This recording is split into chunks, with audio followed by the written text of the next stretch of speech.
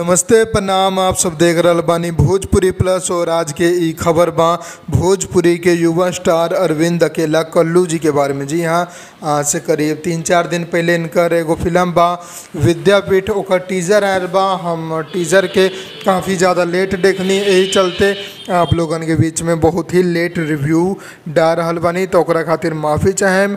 कुछ ऐसन बात हो गईल बा कि सब अपडेट भोजपुरी के हमारा पास ना पावेला, काहे से कि इतना ज़्यादा भोजपुरी इंडस्ट्री में विवाद होते रहे, खीस होते रहे, तो हम सब चीज़ के अनफॉलो कर देले रहनी। लेकिन धीरे धीरे जब विवाद वाला मैटर ख़त्म हो चुकल बा, भोजपुरी एगो अच्छा डायरेक्शन में जा रहल बा, तब आप सब खातिर रिव्यू लेके आ रहल बानी। तो बात करी विद्यापीठ के, जो कि योगेश राज मिश्रा जी डायरेक्ट कैले बड़े, अरविंद अकेला कल्लू जी, मनोज टाइगर यानी कि बतासा चाचापन, और साथ में विनीत विशाल और भी बहुत सारा उम्दा कलाकार बड़े ई फिल्म में।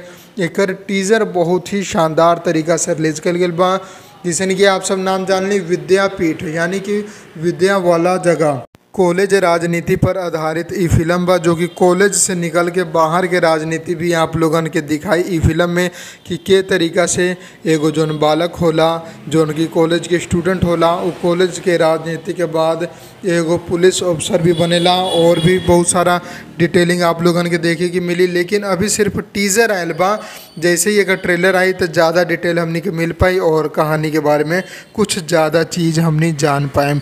बात करें फिल्म के प्रोड्यूसर के, तो उबाड़े गोविंदा जी, और अभी फिल्म के ऑफिशियल ट्रेलर कब रिलीज़ हुई एकर जानकारी शेयर ना कल गई बा। फिलहाल टीज़र आयल बा, जो कि हमें अच्छा लागल। आप लोग भी जाके ज़रूर देखी global music junction Bhojpuri YouTube channel पर।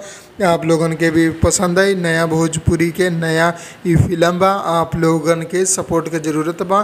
भोजपुरी भी 100 करोड़ 200 करोड़ वाला कलम में जाए, जैसे कि अभी हाल ही में पहला पंजाबी फिल्म, जी हाँ पहला पंजाबी फिल्म 100 करोड़ रुपए कमैले भी है। गिप्पी गिरवाल जो कि पंजाब के बहुत बड़ा स्टार बड़े, उनकर फिल्म ई कारनामा कैले भी है, जो ना फिल्म के नाम बा कैरी ऑन जट्टा 3। तो वही तरीका से भोजपुरी में भी कोनो ऐसा फिल्म बने के चाहिए जो 100 करोड़ 200 करोड़ कमाए, और जबकि भोजपुरी के ऑडियंस बहुत ही बड़ा बा, और पंजाबी के जो ऑडियंस बा वो मात्र 2 से 3 करोड़ के आसपास बा जो फिल्म के ऑडियंस बा। क्या आप लोग वही तरीके से सपोर्ट करिए, मेकर्स अच्छा फिल्म बनावे और भोजपुरी इंडस्ट्री एगो नया ऊंचाई छुए।